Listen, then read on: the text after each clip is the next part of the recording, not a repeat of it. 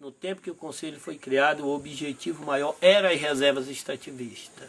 Nós entendemos, naquele tempo era chamado pelo Chico Mendes e outros membros do movimento na época, era chamado de reforma agrária ecológica, quer dizer, uma reforma agrária onde o meio ambiente ia ser tão considerado quanto as pessoas. Porque a gente tinha um outro tipo de reforma agrária, por exemplo, o cortadinho, o quadriculadozinho do INCRA, que a biodiversidade não era vista no mesmo nível das pessoas. Por exemplo, queimava a floresta para fazer agricultura de qualquer jeito. Muitas vezes, uma árvore só que você queima dá mais dinheiro, depois bem utilizado, do que a roça que você fez lá. A biodiversidade que você queimou é bem mais rica do que o que você vai tirar. As plantas medicinais que você queimou é bem mais rica do que o que você vai tirar daquele solo. Então, nós do Conselho não defendemos esse tipo de uso do recurso. Essa questão da...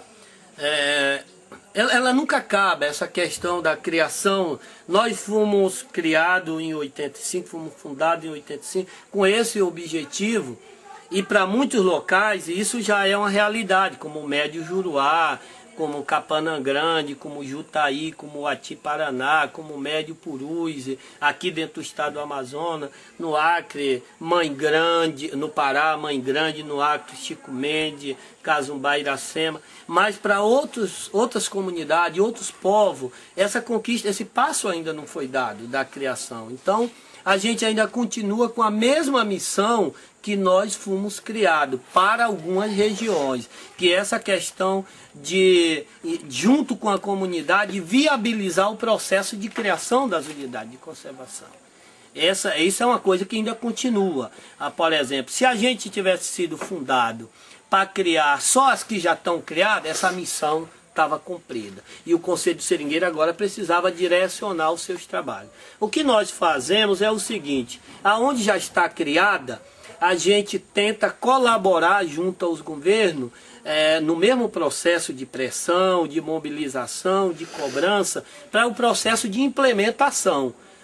E nós temos um papel muito importante que eu considero dentro desse processo, que é organizar a comunidade, é preparar a comunidade, é mobilizar a comunidade para essa implementação.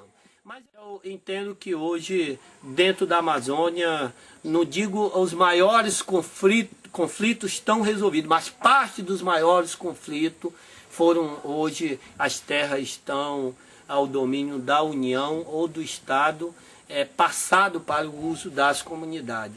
Isso não quer dizer que essa missão acabou de maneira nenhuma, ela continua, e se Deus quiser, nesses poucos anos, mais unidade de conservação vai ser criada, porque nós entendemos que quando se cria uma unidade de conservação, a gente resolve um monte de coisa. Depois, Deus dá liberdade para a comunidade poder trabalhar e tudo, e aí um bocado de políticas públicas que se associa à criação das unidades de conservação, que as comunidades já vão começar a beneficiar.